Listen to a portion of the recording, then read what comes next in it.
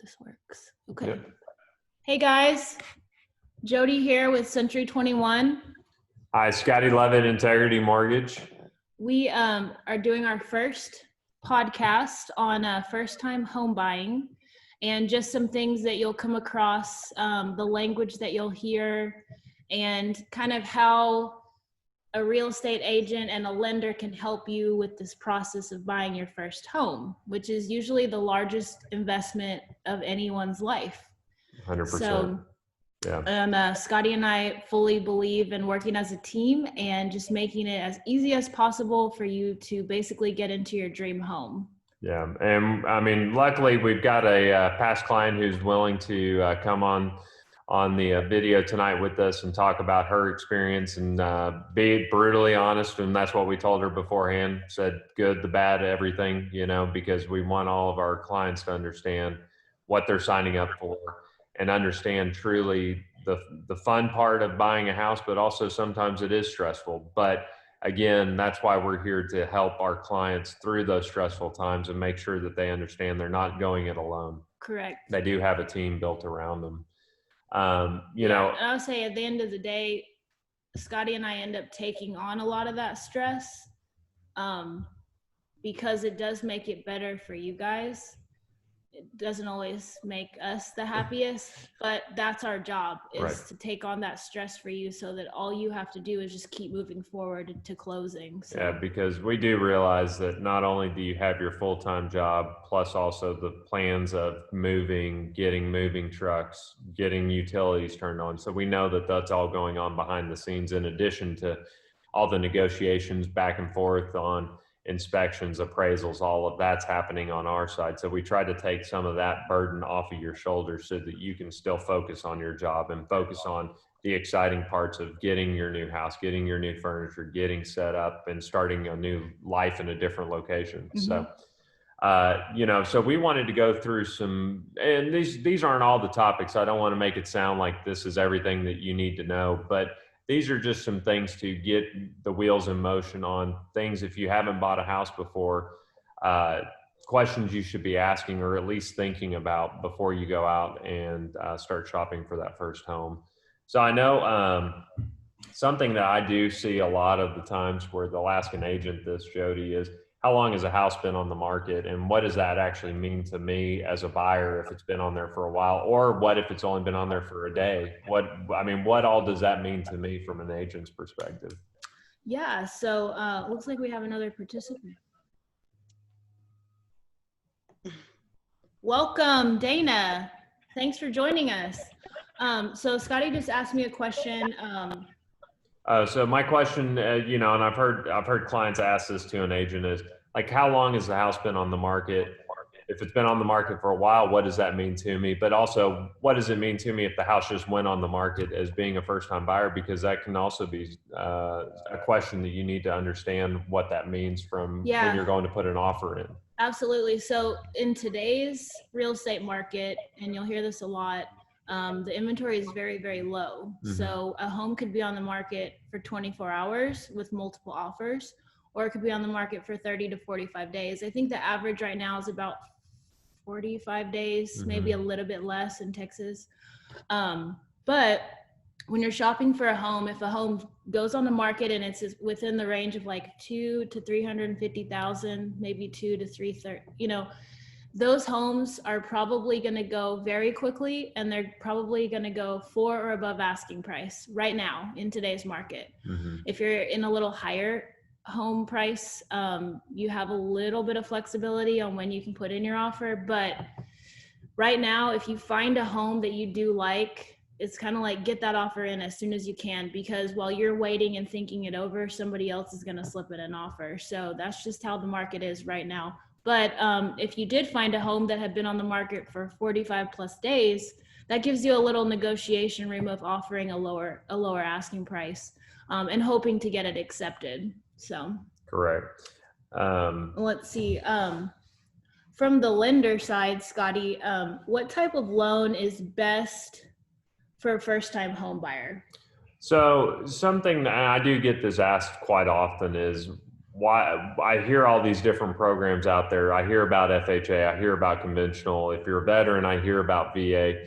And yes, there are many programs within all those categories. But what I try to inform my clients is the first and foremost is I want to figure out what your goals are as a client. And then I want to then get your profile in front of me so that then when I start talking about specific loan programs, I'm not just talking about 5 or 6 things that you might or might not qualify for. I want to be able to get your profile then when I can give you 3 or 4 options that are specifically tailored to you, because then ultimately then you can make the best financial decision for yourself. Because if all of a sudden I start telling you about every program that's out there, you're either going to start getting glazed over because it's going to start seeming overwhelming to you, or it's going to sound like, well, great, I want that program that Scotty just told me about. And then of course, once I run credit or look at debt to income or loan to value on the house, all of a sudden that program may no longer be available. And the last thing I want to do is feel like I'm taking things away from you. I want to feel like I'm adding value to you from a standpoint of, here's 4 options for you. I think option 1 would be the best, but it's your decision on what you want to do on this particular house. And so there are multiple programs that are out there. Like I stated, there is a conventional loan program. There is an FHA loan program. There is a 0% down program through the VA. There is a 0% down program through the USDA. And then there also is what is called a jumbo loan program. And those are things that we're not going to necessarily dig into the weeds of those today, but those are programs that you need to be asking your loan officer going, tell me about this. Tell me why I should go FHA, because I hear this far too often where loan officers are trying to push a client into a program that's not necessarily the best for them. And unfortunately, that might be the best for the loan officer, but it's not what's best for the client. So make sure you're asking why. Why is this the best programs for me whenever you're talking to your loan officer? Another question I've heard, whenever we're doing our conference call with clients is, well, why is the homeowner selling? Because that could be a good indication on why they're on the market and what's going on. So, I mean, what do you tell your clients? Well, so you can't disclose anything that the people that are selling haven't given permission. Mm-hmm. But what I would say is when you're buying your first home, and Amy did just buy her first home, and I'm sure I told her this, but most people live in a home for about 7 years before they need to move either into a bigger home or relocate, or they want a swimming pool. So that gives you a time frame. So when you are buying your first house, don't think that this is the end all be all and I'm going to live at 305, I won't say the rest because it's your home, for the rest of your life. You know what I mean? And that is good and comforting, knowing that that is how real estate historically revolves. And as far as why somebody is moving, again, that's not really important. What I would suggest is to research the demographics of the neighborhood, the school district ratings, the crime rating, things like that. And that will give you a good idea of, do you see yourself in that neighborhood or do you not?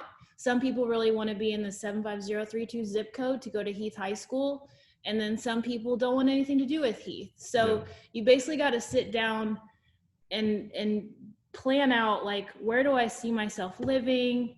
Do I want a large lot? Things like that. And just kind of jot down notes so that when you do meet with your agent, we can go over all the expectations that you have in a home. And that helps us find you a perfect match, essentially. Well, and something you had said about people don't stay in their houses for longer than 7 years. Something else I wanted to talk to people about also is buying a house. Yes, that is a place to lay your head at night, and that is a place that you get to call home. That's where you get to make a bunch of fun times with friends, family, whoever's coming over and spending that with you. But I also try to remind everybody, this is also an investment. It's not like it's renting a place. This is something that you're putting your money into. So when you go and repaint those walls or you change something out, you're not just doing it and you're losing that money. You're actually investing into yourself. So I try to remind people, this is like a 401k retirement, because on a typical market, a house is going to continue to appreciate in value. And with everything that's going on, you see it on the news all the time. You see people relocating from the New Yorks, the Californias to Texas. And it's because we've got great opportunity because our properties are a lot less or a lot cheaper than where they are in those markets. And so people are wanting to relocate here, but also there's tons of job growth. So as jobs continue to come here, that keeps driving up demand, which keeps driving up house values. So you've also got to keep that in mind, that this is also something that even if you only stay for 2 years, your house is going to appreciate in value and you're going to get that equity back out of it when you go to sell.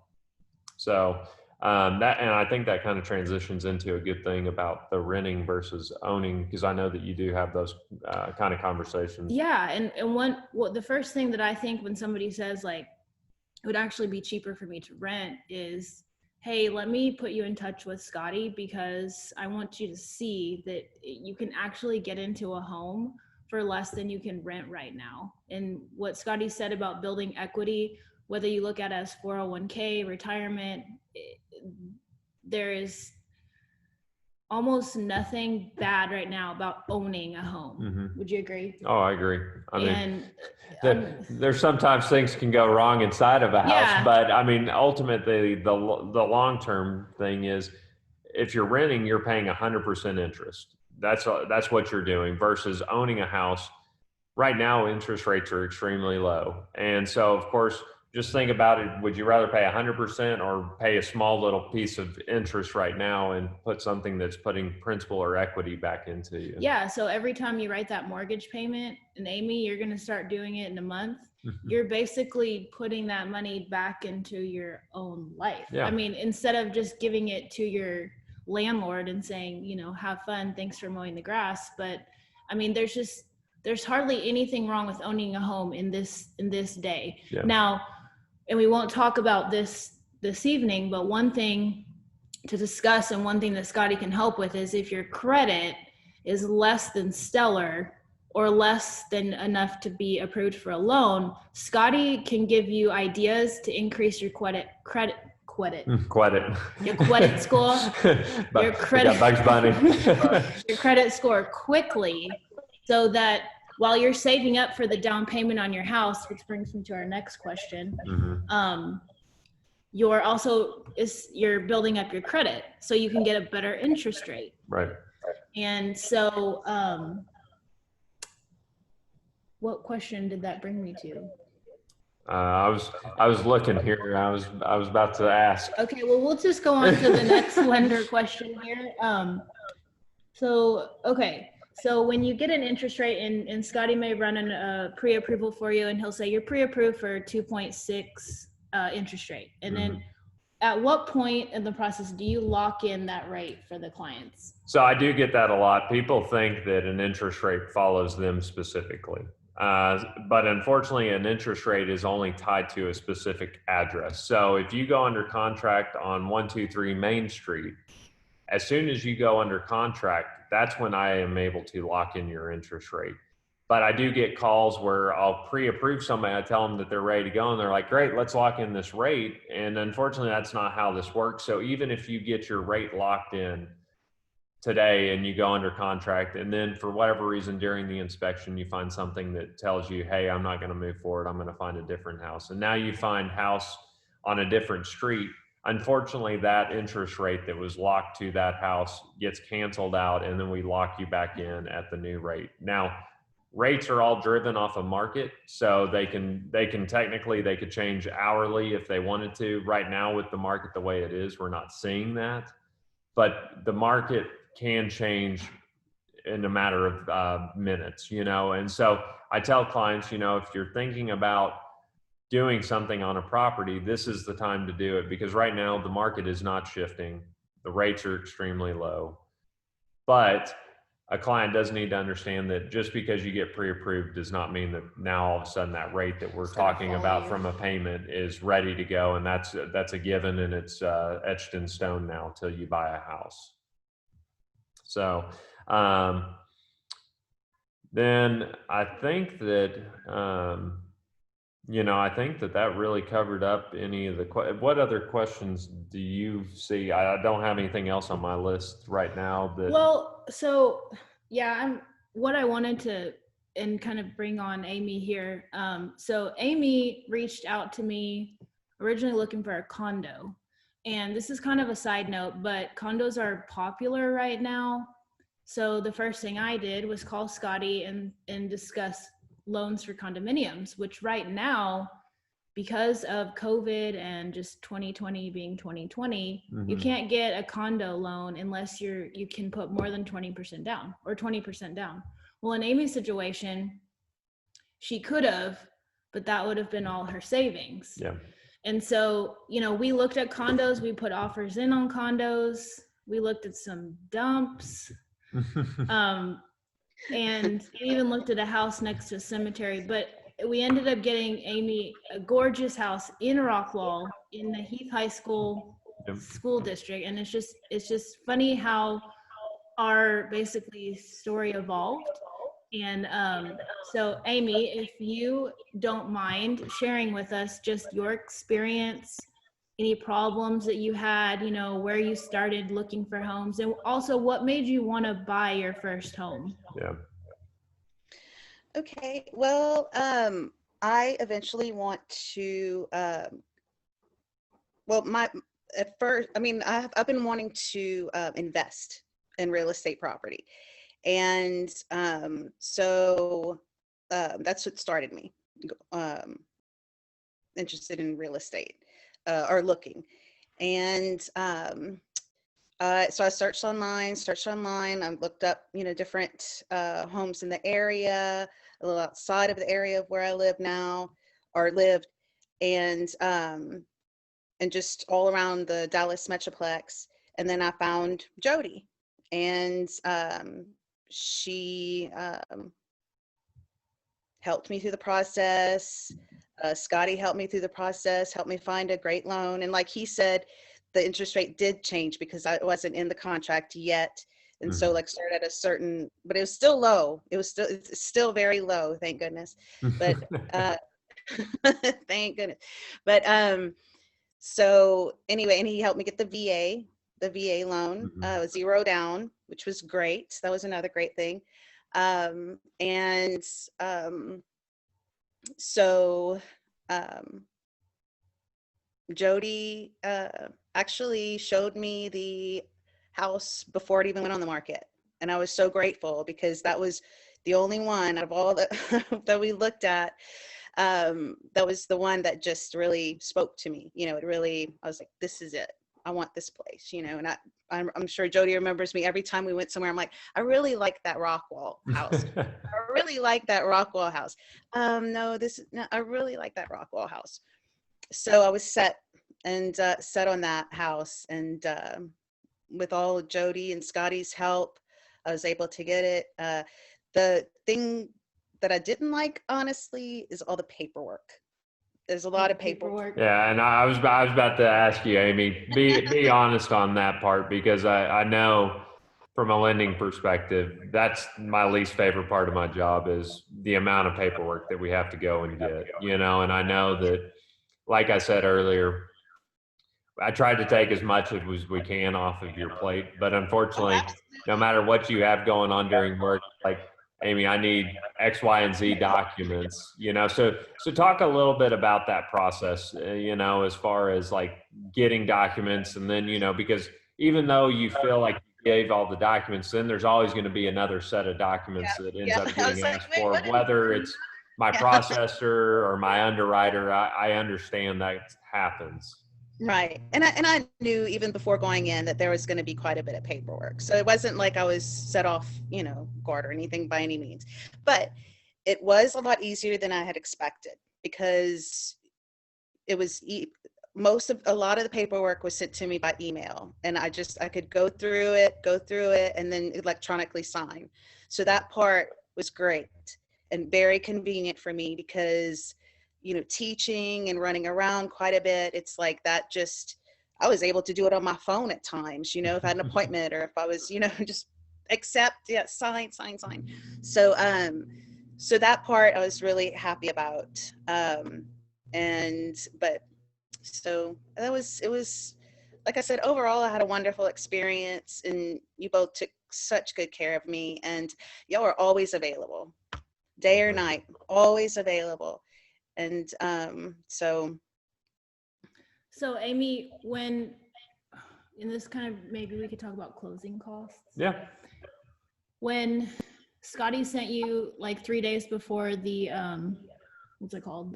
So it's the final closing disclosures, or I'll refer to it as a CD, and everybody thinks compact disc, and they're like, "What are we talking about Well, here?" is it a loan estimate now? So a loan estimate is what we disclose at the very beginning because it truly is what it sounds like, just an estimate. Okay. But the final closing disclosure, that is what we are confirming is your cash to close.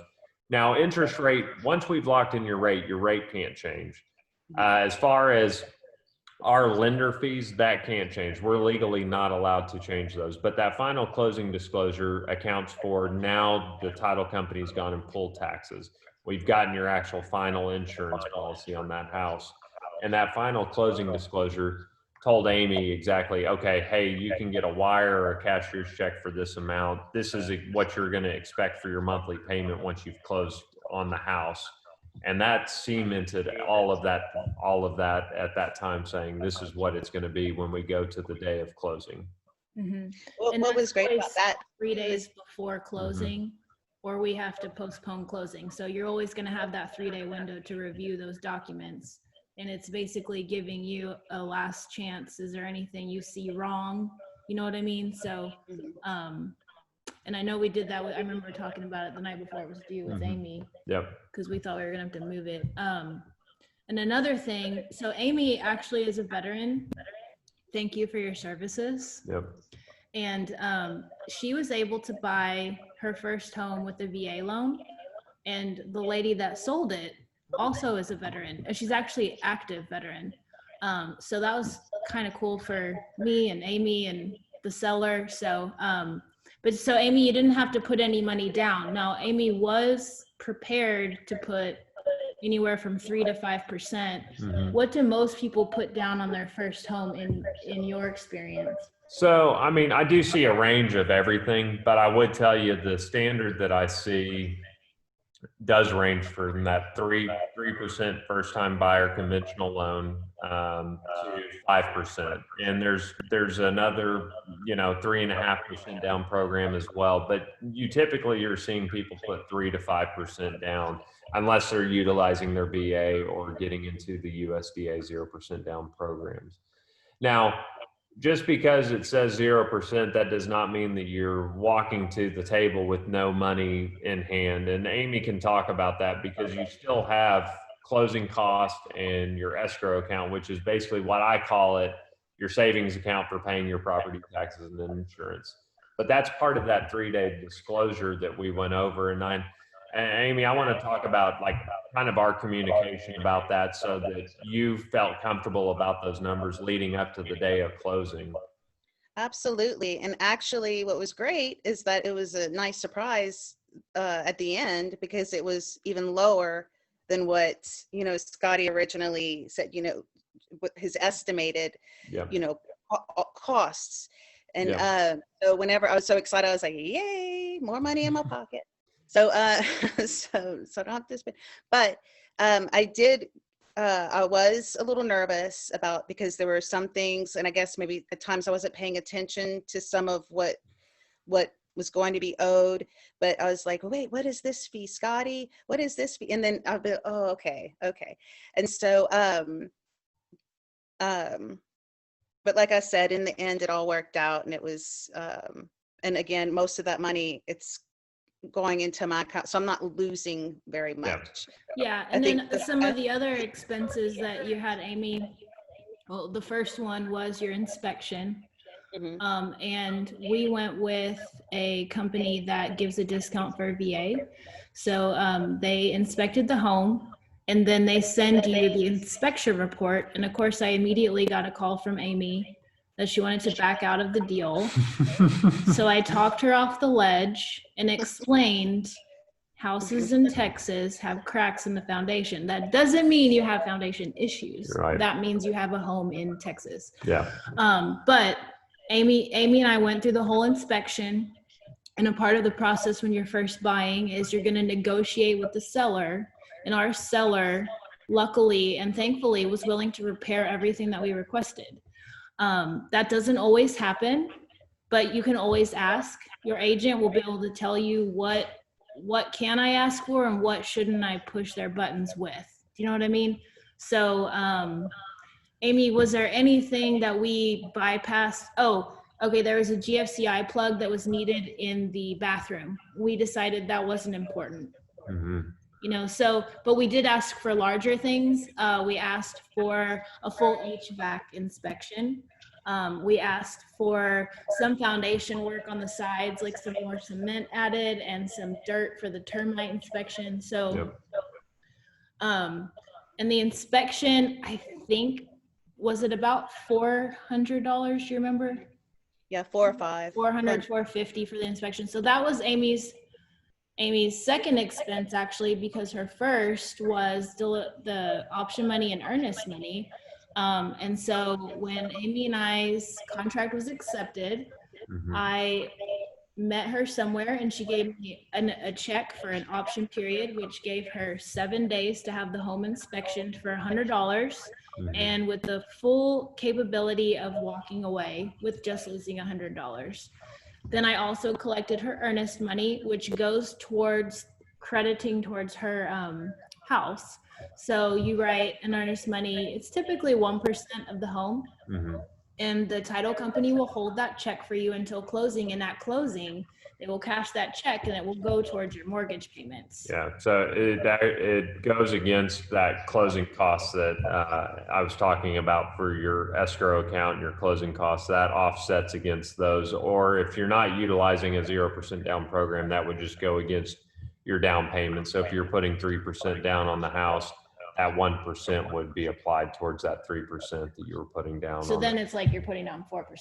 Well, so no, so it'd be the reverse. So then you're really only having to write a check for 2%. 2%. Okay. Yep. Okay. So, you know, and then as far as the earnest money and option piece that you were talking about, the option money truly does give you the ability as a client. If you woke up one day and the wind was just blowing the wrong direction, or you woke up out of the bed on the wrong side, you could say, I'm walking away from this house, and you get all your earnest money back during that option period phase.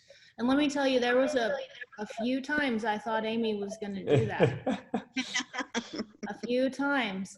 But I kept reminding her that this was a really good house. But it's very scary when you're buying your first house. Like I said, it is the largest investment you will probably make. And honestly, it's scary. I remember when I bought my first home, although I didn't know anything, and I really wasn't scared. That was a problem. And then the market tanked and I, you know, so. And then you were scared. Then I was scared. And I'm still renting that home out. But, yeah, so. And then the only other thing that comes up before the actual closing day is the appraisal. And I think I remember getting a call or a text from Amy. I told her that we had to get her credit card and we would charge it prior to, and then I think I got a call. I might be making this story up, so you can call me out if I am, but you did call me going, Scotty, why did I just get charged this $500 for this appraisal? What happened? So, but that is credited towards you at the time of closing.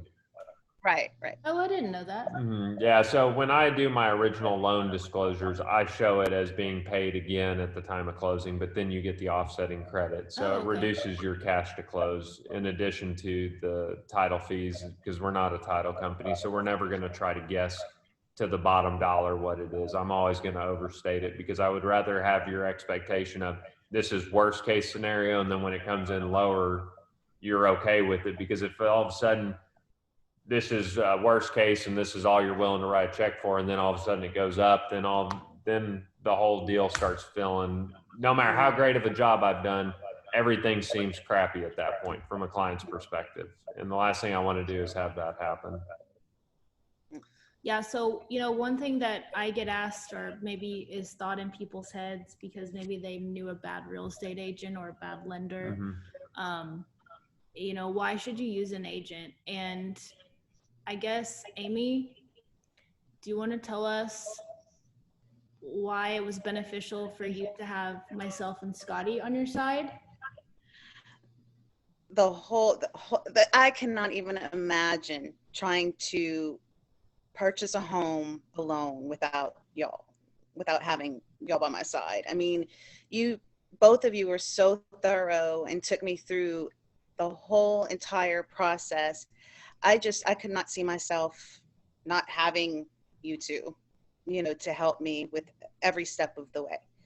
So, and I mean, that speaks volumes to Scotty and I. Mm-hmm. See, I am very bad on the lending aspects of loans, and I leave that to Scotty. Mm-hmm. He's a very brilliant when it comes to loans. And, the thing that both of us want to do, I want to get you into a house for the least amount of money possible. Mm-hmm. Scotty want to get you the loan for the least amount of money as possible.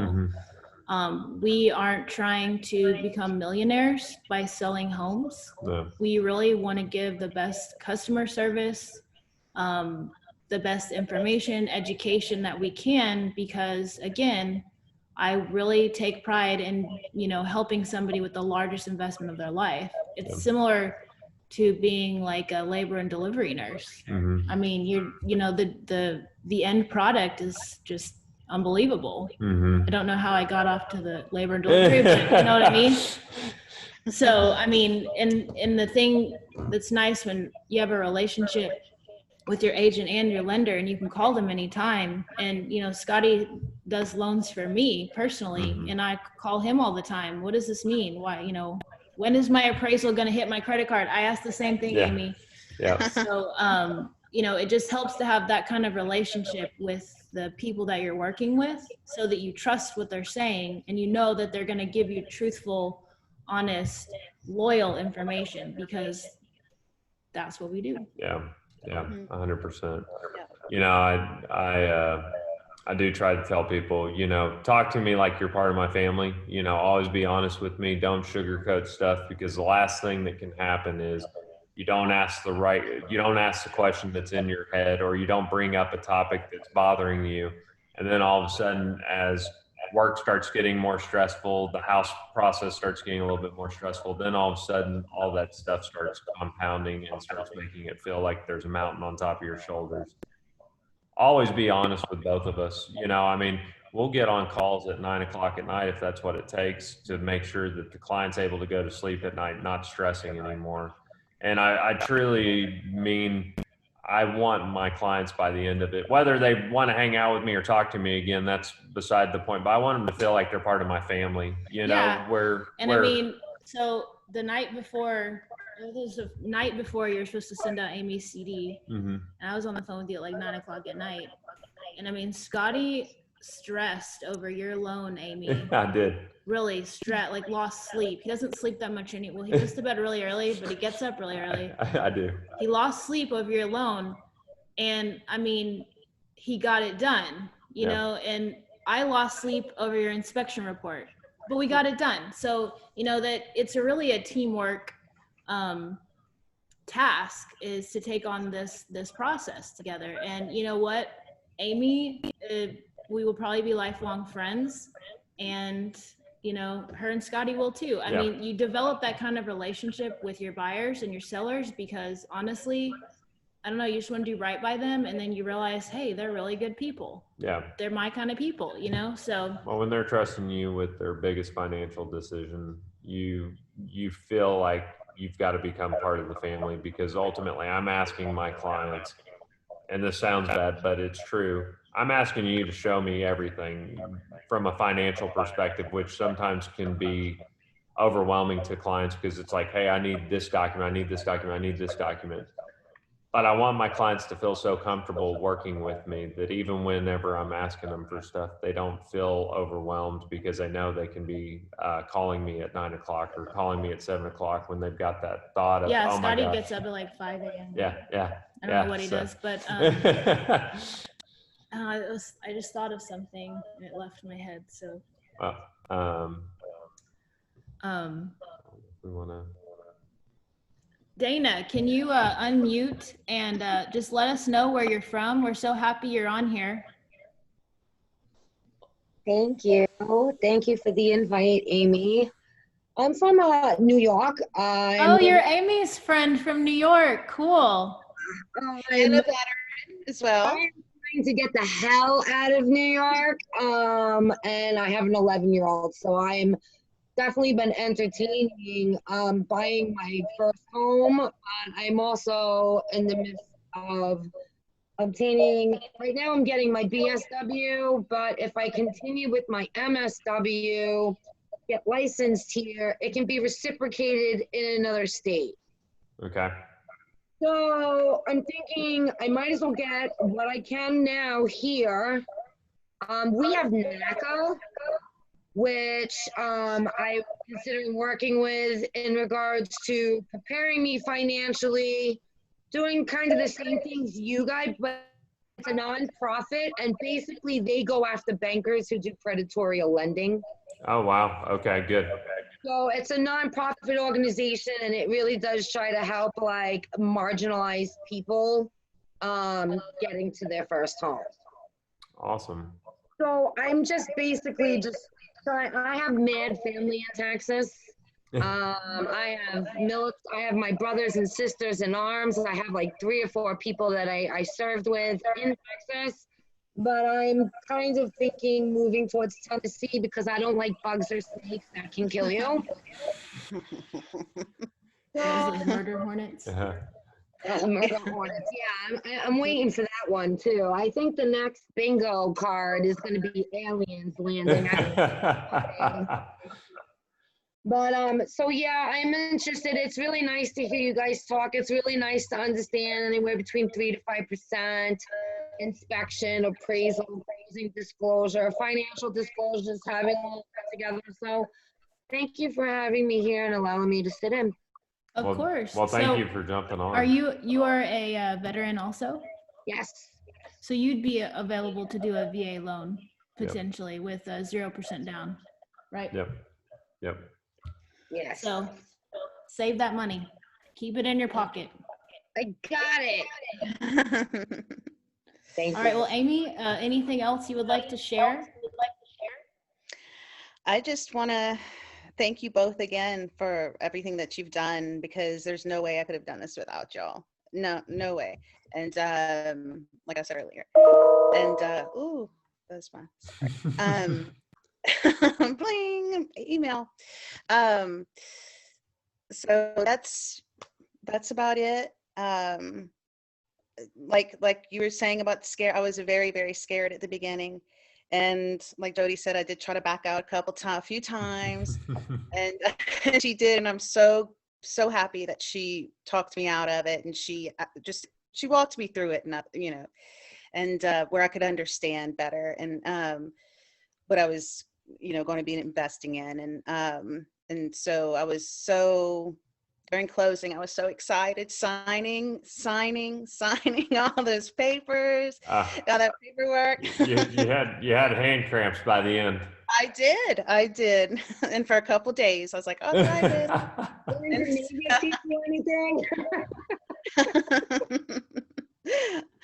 Oh, yeah. Well, anyways, we want to thank you both. Yeah. And, Thank y'all and Amy, thank you for being willing to do this. I know that this is asking a lot of you to come on here and talk about your experiences, but it does help for people that are not ready to buy just yet to be able to hear these kind of testimonials about the experience, and not about us, but just about your experiences, because I want people to be able to see real life people and not just hear us talking about it. So thank you.